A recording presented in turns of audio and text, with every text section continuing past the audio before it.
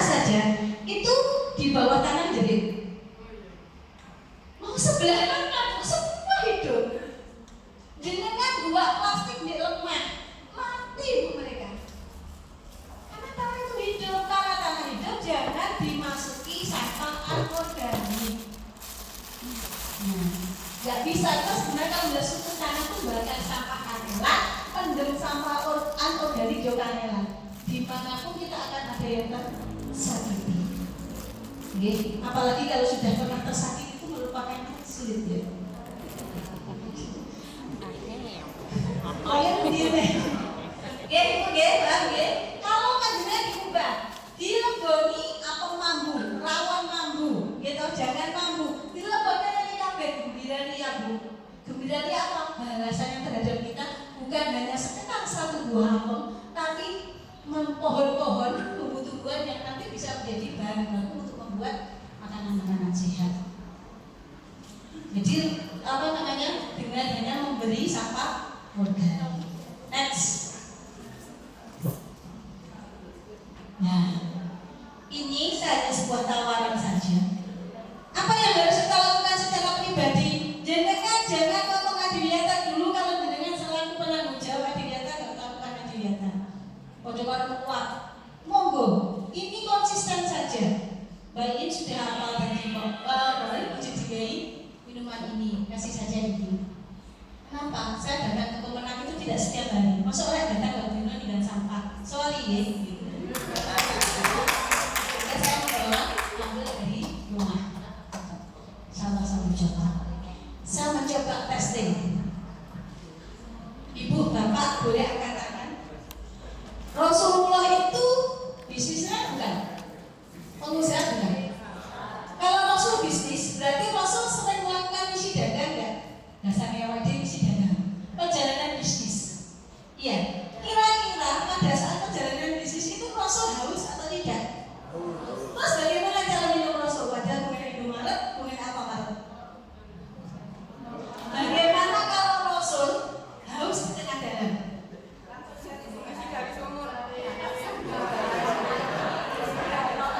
Loh, iya kalau mata airnya dekat, kalau mata airnya jauh, apakah Rasul sempat minum? Oke, saya bertanya selanjutnya, Rasul punya wadah minum atau tidak?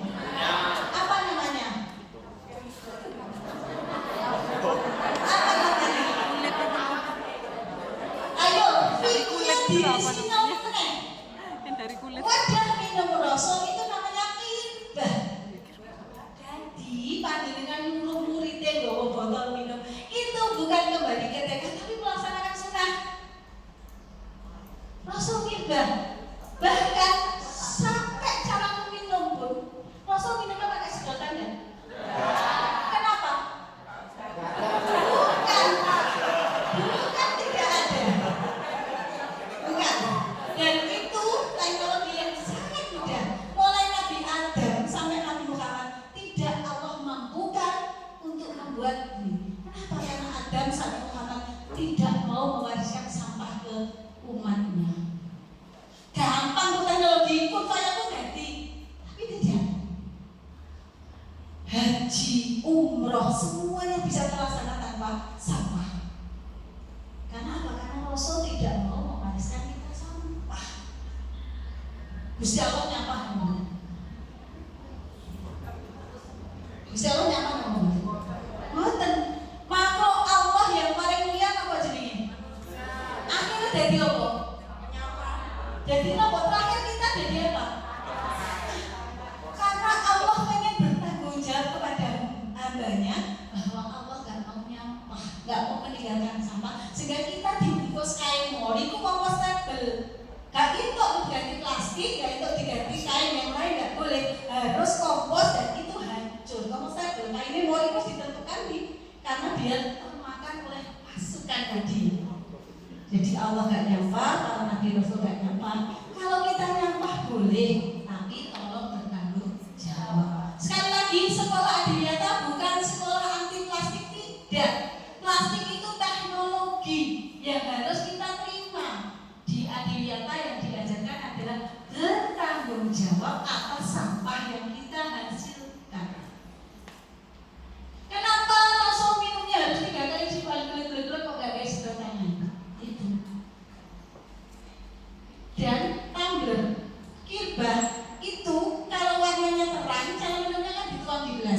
Salah Bu.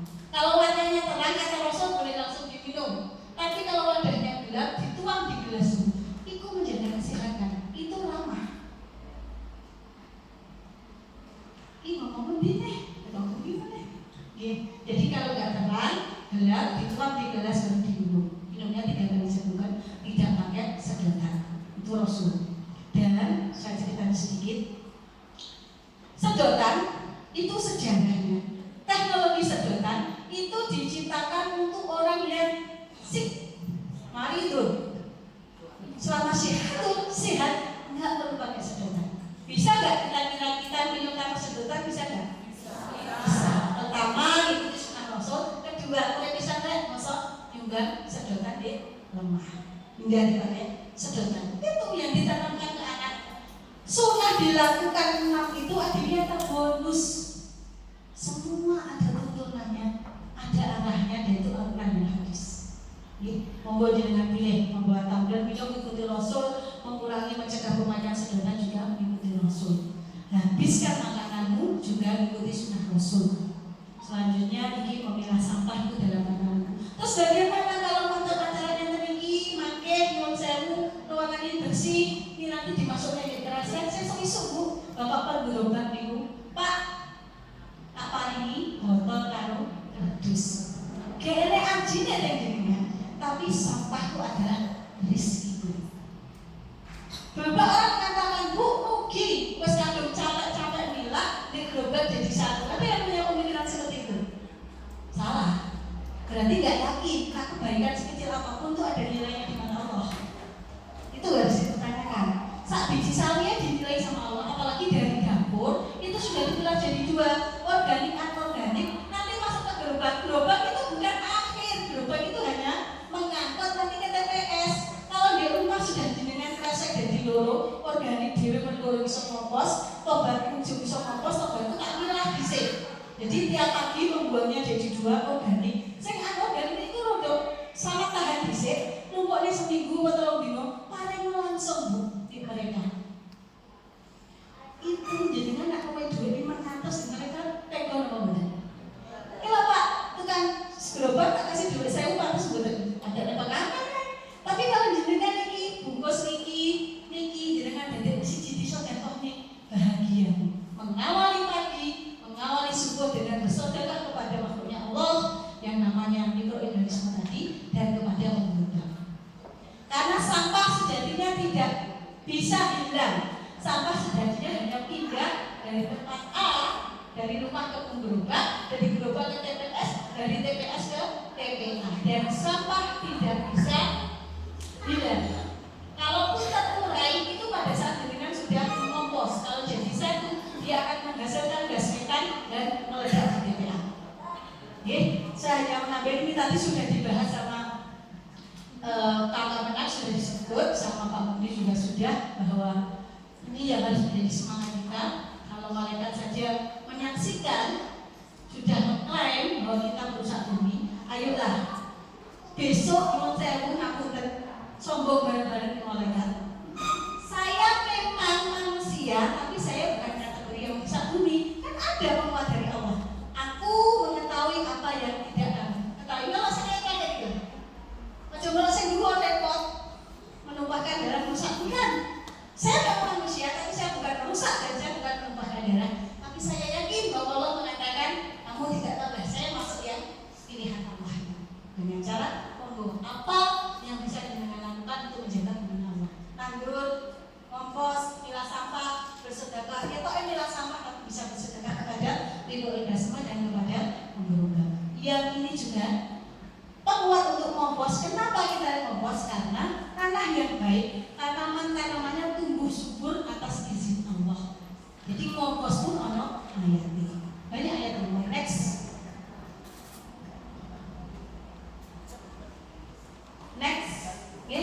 Mohon maaf, sedikit ilmu yang saya punya itu datanya dari Allah untuk disampaikan kepada panjenengan. Selanjutnya monggo fastabiqul khairat, monggo watawasabil haq watawasabil sabr. Terus bergerak, insyaallah gerakan sekecil apapun untuk menjaga bumi Allah akan dibalas menjadi sebuah kebaikan. Mohon maaf, monggo kalau masih ada yang mau ditanyakan. Intinya satu lagi, assalamualaikum warahmatullahi wabarakatuh. berikan terus sama atas materi yang luar biasa disampaikan oleh Ibu Oli. Semoga itu semua jadi pemikiran ya apa.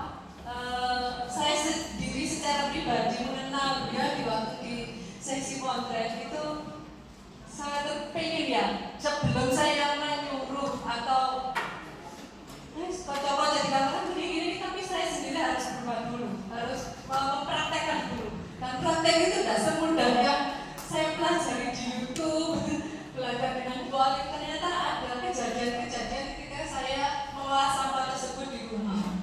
Yang suami rusuh ya, gitu ya. Ada yang ini lecek sini, apa? Ada lagi keluar apa? Belatung ya, itu saya juga langsung bingung. Aduh, gimana ini rumah saya tambah kotor, bau kan bau. Karena saya ya belum mengerti sejauh mana untuk mengolah sampah tersebut. Nah, untuk di kantor Kementerian Agama sendiri saya sedang berusaha dengan kawan-kawan kebersihan untuk ini setelah kegiatan sementara masih sampah kering yang coba saya upayakan dan saya sudah bilang ke teman-teman untuk teman-teman juga saya kebetulan dicoba nanti di seksinya di ruangannya disendirikan di biar teman-teman yang bagian kebersihan itu karena saya menyuruh tapi kan saya harus juga bergerak. Jadi di seksi saya juga oleh kawan-kawan ayo coba di sini. Ini untuk kawan-kawan sendiri aja nanti bertahap ke tanahnya, ke yang sampah basah itu ya. Untuk itu saya terus sama Bu Olive ini mungkin ada dari yang disampaikan beliau panjenengan ada yang mau bertanya, monggo. Assalamualaikum warahmatullahi wabarakatuh. Perkenalkan saya Pak Putra dari Madrasah Aliyah Al-Liqaq Malang. Pertanyaan saya sebenarnya simpel tapi banyak. Yang pertama, ini setelah sebuah madrasah mendapatkan sertifikat adiyata, apakah berhenti di situ saja? Apakah ada apakah ada kontinuitas lain gitu loh? Yang kedua, ini namanya menginspirasi orang lain itu mudah, tapi yang sulit adalah menginspirasi diri sendiri. Itu menginspirasi diri sendiri untuk bisa bergerak itu kan sulit ya, Bu Oli. Nah, saya ceritakan sedikit tentang apa yang saya lakukan di madrasah. Sebenarnya itu saya hobi menanam, hobi saya gardening ya. Jadi saya tahu di tanah itu ada banyak binatang-binatang yang berpotensi untuk melakukan sampah-sampah. Saya sudah 1 tahun membuat proyek sendiri, tidak menyatakan siswa atau guru lain karena sudah yakin cuma dilewati aja. Pak Putra bikin apa? Bikin proposal ya lewat tak. Kan guru biologinya pun diem aja gitu, nggak malah mohon maaf nggak malah mendukung gitu loh. Nah, untuk inovasi Bu Olive, saya tuh di lingkungan sekolah itu yang berpotensi itu adalah binatang namanya isopoda sama ini ya Pak Lagi 1000. Itu kan bisa digunakan untuk membuat kompos sebenarnya. Kalau misalkan sebagai inovasi kami membudidayakan itu bagaimana? Ya, membudidayakan isopoda sama Lagi 1000. Terima kasih itu saja. Assalamualaikum warahmatullahi wabarakatuh. Langsung dijawab. Langsung tidak apa-apa. Oh, 2 pertanyaan selanjutnya. Yang kedua tadi Bapak.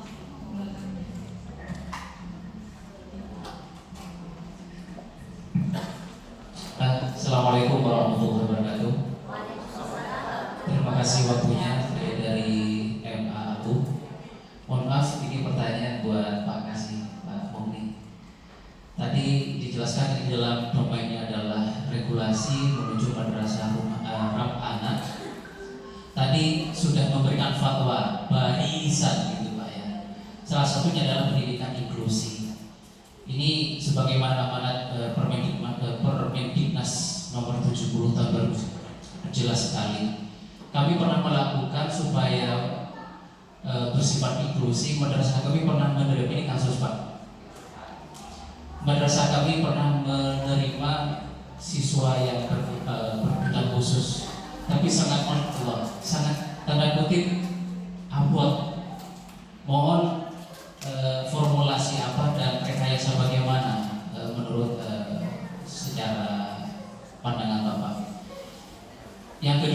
tadi saya menggarisbawahi ada diksi pendidikan inklusi tidak hanya menerima siswa AB, melainkan dari semua golongan. Ini butuh tafsir kayaknya Pak, semua golongan. Barangkali nanti ada yang berpikiran madrasah bisa menerima non-muslim, sebagaimana Pak Menteri urusan agama juga semua agama nih Pak. Matur nuwun, afan billahi fastarun. Cukup 2 pertanyaan. Oke, ke Bu Alif dulu, Pak Alif.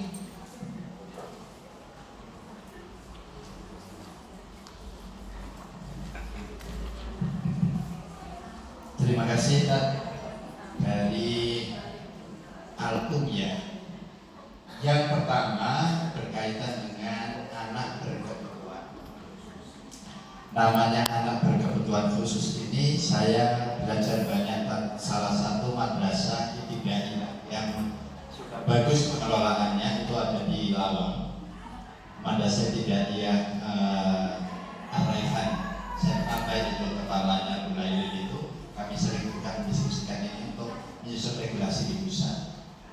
Jadi salah satu layanan yang kita berikan ketika kita menerima anak berkebutuhan khusus, yang pertama kita harus mampu mengidentifikasi seberat apa kasus anak-anak ini, mulai dari yang konsentrasinya pecah, disleksia, sampai yang berat. Salah satu contoh ketika ada yang seperti ini, maka harus ada situ. Harus ada guru pendamping yang ini kadang-kadang 1 anak 1 guru. Ada yang 3 anak 1 guru. Ada yang 5 anak 1 guru. Itu tergantung kemampuan kita. Tetapi kita didorong oleh pemerintah untuk menerima anak-anak tersebut. Dan ketika kita menerima harus kita siapkan layanannya. Jangan sampai nanti satu sisi kita menerima tapi kemudian bullying yang terjadi karena ada olok-olokan dari teman yang tidak memahami. Ini secara sosial harus disiapkan juga. Jadi misalnya kalau ada temanmu seperti ini, maka anak-anak ini bisa nggak dia menjadi penolong, bukan meremehkan, bukan membuat dia lemah, tetapi bisa membangun komunikasi yang baik. Jadi harus banyak yang harus disiapkan seperti itu.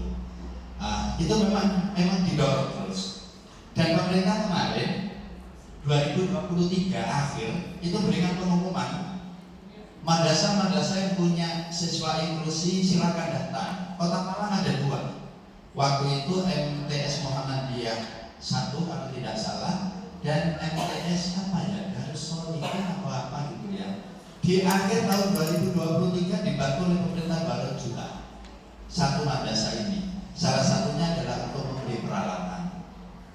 Kemarin saya sempat melihat di madrasah ini sebagai satu cerita aja. Ada anak yang memang satu anak ini memang 1 guru pendamping. Karena dia tidak bisa konsentrasi sebelum dia capek banget, sehingga dia disiapkan itu alat kayak genderang itu mau mukul sampai capek, atau dia lompat apa itu trampolin itu ya, sampai dia betul-betul capek. Nah ini kan perlu seperti itu, karena memang anak-anak dengan kekhususan seperti ini membutuhkan penanganan dan pendekatan tersendiri. Manajemen harus sarana prasarana siap, komunikasi dengan orang tua yang akan menyekolahkan atau menitipkan ini harus intens dan harus deteksinya benar. Jangan sampai tidak terdeteksi tapi kita berasumsi bahwa anak ini, jadi harus ada ahli di situ. Gitu ya Dad ya. Oke, yang kedua, menerima semua golongan. Saya pernah kaget ketika saya ke NTT.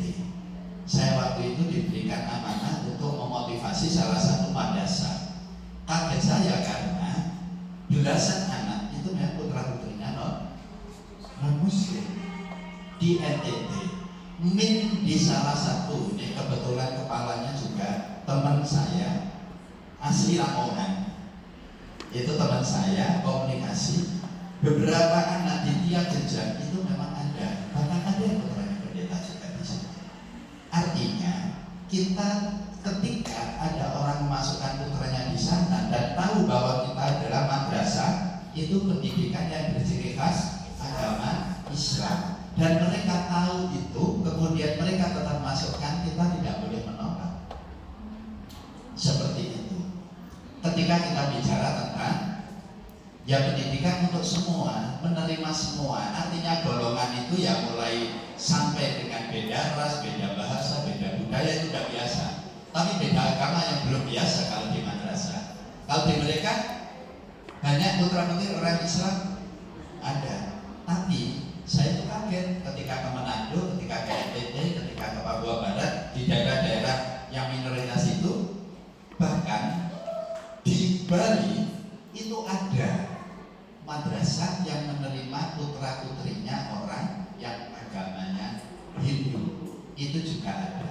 Bagaimana dengan mana? Nah, kembali kepada masing-masing lembaga pendidikan. Kalau memang ada yang ingin masukkan begitu, dengan mau menolak atau menerima. Yang jelas konsep dari pendidikan inklusif itu adalah kita diharapkan menerima. Jangan sampai terjadi permasalahan horizontal karena beberapa faktor. Saya tanya, ada ketika di NTT atau STB saya tanya, kenapa? Padahal kan ada sekolah non Islam, tapi wali muridnya itu dia lebih percaya karena dianggap mutunya lebih bagus madrasah ini. Tapi ada juga karena faktor jauh. Kalau kita sekolahkan di sana terlalu jauh, saya cari sekolah yang dekat. Nah, hal-hal seperti itu juga menjadi kita kalau di Malang nggak terasa seperti itu ya, kayaknya lempeng-lempeng saja nggak mungkin lah begini. Tapi kalau kita sudah ke daerah lain, ke provinsi lain, itu menjadi permasalahan nasional, sehingga muncullah salah satu dari program Gusmen sekarang itu adalah inklusif, salah satunya itu ya. Terima kasih. Saya kembalikan, monggo Mbak Alif. Sudah, aku tahu itu yang sesuai grade ya. Oke, saya nggak sedikit mengulas di Alum di Pondok Pesantren Putri Bapak sudah melakukan pemilahan sampah, juga kita fasilitasi juga Pak Umar dan bagian sampah itu. Saya sudah masuk ke situ Bapak. Bagian Pak Umar kita ajari juga untuk menjual sampah, ini nyambung dengan Mahfirah juga sudah melakukan pemilahan sampah di Al-Qaeda Islamiyah juga saya gitu. Tidak di siswa putranya saja. Kalau siswa putri ada namanya ekstra adiliata juga kan Pak. Itu saya yang masuk bagaimana ngajari anak-anak santri putri yang sekarang di kelas 5 itu sudah jalan, sudah hari Jumat saya bergabung untuk melakukan ini. Walaupun sekolah panjenengan belum adiliata ini, dari Pondok Putri sudah mulai melakukan ini. Pak tuntas sebenarnya, Pak Umar juga sudah melakukan milah sampahnya Pak Umar itu juga sudah, tapi mohon untuk dikuatkan kembali karena informasi terbaru mulai ada kebijakan anak-anak kenapa harus dilibatkan dalam pilah sampah, padahal tidak dilibatkan pilah sampah, tapi anak-anak minta untuk membuang sampah itu sesuai tulisannya organik, anorganik. Selanjutnya Pak Umar lebih mudah dalam melakukan pemilahan. Ya? Pak Umar betul kan namanya ini? Sekarang ke Pak Putra. Pak Putra, terima kasih. Pak Putra MA itu di mana ya Pak? Adiliata apa sekarang posisinya Pak? Oh belum ya. Tingkatannya begini, adiliata itu ada namanya adiliata tingkat kota. Setelah lolos tingkat kota, nanti maju di tingkat provinsi. Setelah provinsi menuju di tingkat nasional. Setelah nasional tingkat mandiri. Apabila sudah tingkat mandiri, madrasah bisa mengikuti namanya ASEAN Eco School. Jadi sampai ke tingkat ASEAN bisa. Dan di Kota Malang baru 2 yang ikut Eco ASEAN School, yaitu SMP 1, SD 1. Madrasah insya Allah setelah ini. Insya Allah kita akan lebih bisa. Itu terkait dengan jenjang di adiliata. Selanjutnya tentang Bapak menginspirasi diri sendiri itu benar sulit, bahwa sebenarnya hambatan terbesar kita itu adalah diri kita sendiri Pak, bukan orang lain, bukan kepala sekolah, bukan siswa. Tapi pada saat kita sudah melakukan, kita potensi diri kita berat itu memang betul, tapi pada saat kita nyerah, kita kalah, repot. Jadi kita tidak bisa mengalahkan diri kita sendiri. Biasanya kalau saya sih Pak, saya kembalikan, untuk apa sih Allah menyuruh saya hidup? Itu aja Pak, itu yang membuat saya terus bergerak. Allah menyuruh saya hidup sebagai khalifah di bumi. Berarti tidak ada alasan saya tidak mencintai bumi. Itu satu. Kedua, Saya tidak punya amal yang bisa saya persembahkan kepada Allah yang bisa menjadi andalan saya. Tapi saya akan mencoba menjadi khalifah di bumi. Entah nanti sama Allah dinilai ibadah yang monggo, dinilai nanti kita dapat syafaat Rasul yang monggo, yang karena saya tidak tahu ibadah apa yang akan diterima sama Allah. Akhirnya saya melakukan kebaikan secara terus-menerus itu untuk memotivasi diri. Terakhir, bagaimana dengan magot? Magot itu Mbak Bella, saya menyambung dengan apa yang saya katakan tadi bahwa tidak ada namanya kompos bau, itu tidak ada. Kalau bau berarti ada proses yang tidak terukur, itu satu. Yang kedua, tidak ada namanya kompos gagal, tidak ada. Tanah selalu bertanggung jawab bersama pasukannya atas perintah Allah. Tidak ada namanya kompos bau, tidak ada. Kompos gagal, tidak ada. Kok sampai bau itu karena ada proses yang tidak terlampaui dengan baik, tapi tetap akan menjadi tanah. Bau itu tetap. Contohnya gampang, bagaimana kalau sudah tahu? Jangan panik, jangan nelfon Mbak Oli, jangan nelfon Pak Mukli, jangan nelfon lain. Kalau si Bella datang, Belatung itu nama panggilannya kan Bella, nama panggilannya Belatung, nama kerennya Magot itu tadi. Bagaimana kalau sudah datang sampah kering, yang namanya daun-daun kering itu sudah masukkan ke situ aja, kita ditutup nih patingnya di depan Ustaz. Kalau nggak punya tutup tanah sebanyak-banyaknya sudah, mereka akan warak di situ sudah.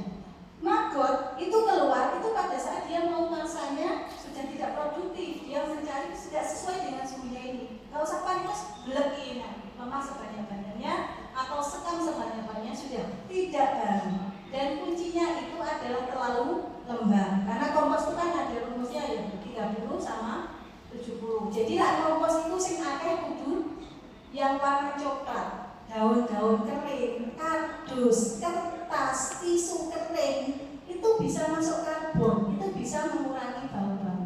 Kompos itu asik, nyobain walaupun sampai penggerangan kalau suaminya, tapi karena bukti cinta. Jadi mengelola sampah, alhamdulillah saya tidak pernah tetangga saya sampai protes ke rumahnya bau, alhamdulillah juga tidak. Padahal kami ngobrol setiap hari, asal teknisnya. Yang penting jangan takut untuk melakukan sebuah inovasi. Salah itu sebenarnya yang punya hak menyiapkan adalah yang tahu. Kalau sama-sama tidak tahu, apalagi kita nggak tahu ilmunya, oh salah bisa, bukan ilmunya kok ini salah. Ya? Jadi Magot bisa masuk inovasi terus berproses untuk menjadi diri yang kafah di mata Allah, dan selanjutnya jenjang kaki di atas bagaimana. Itu yang dapat saya berikan jawabannya Pak Putra. Terima kasih atas pertanyaan-pertanyaan dengan jawaban yang semoga memuaskan ya kami dengan untuk jam sudah menunjukkan jam jadwal yang sudah saya share memang jam 11.30, oke?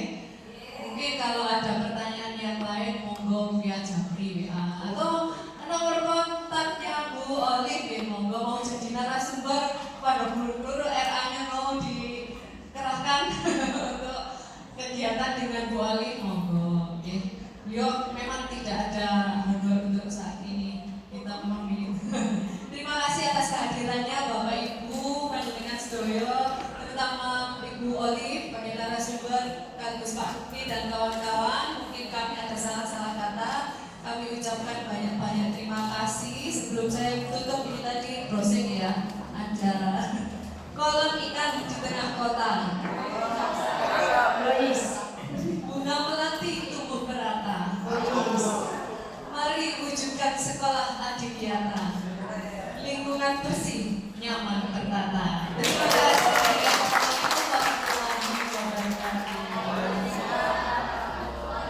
Tambah ke belakang sekaligus ada konsumsi biodatanya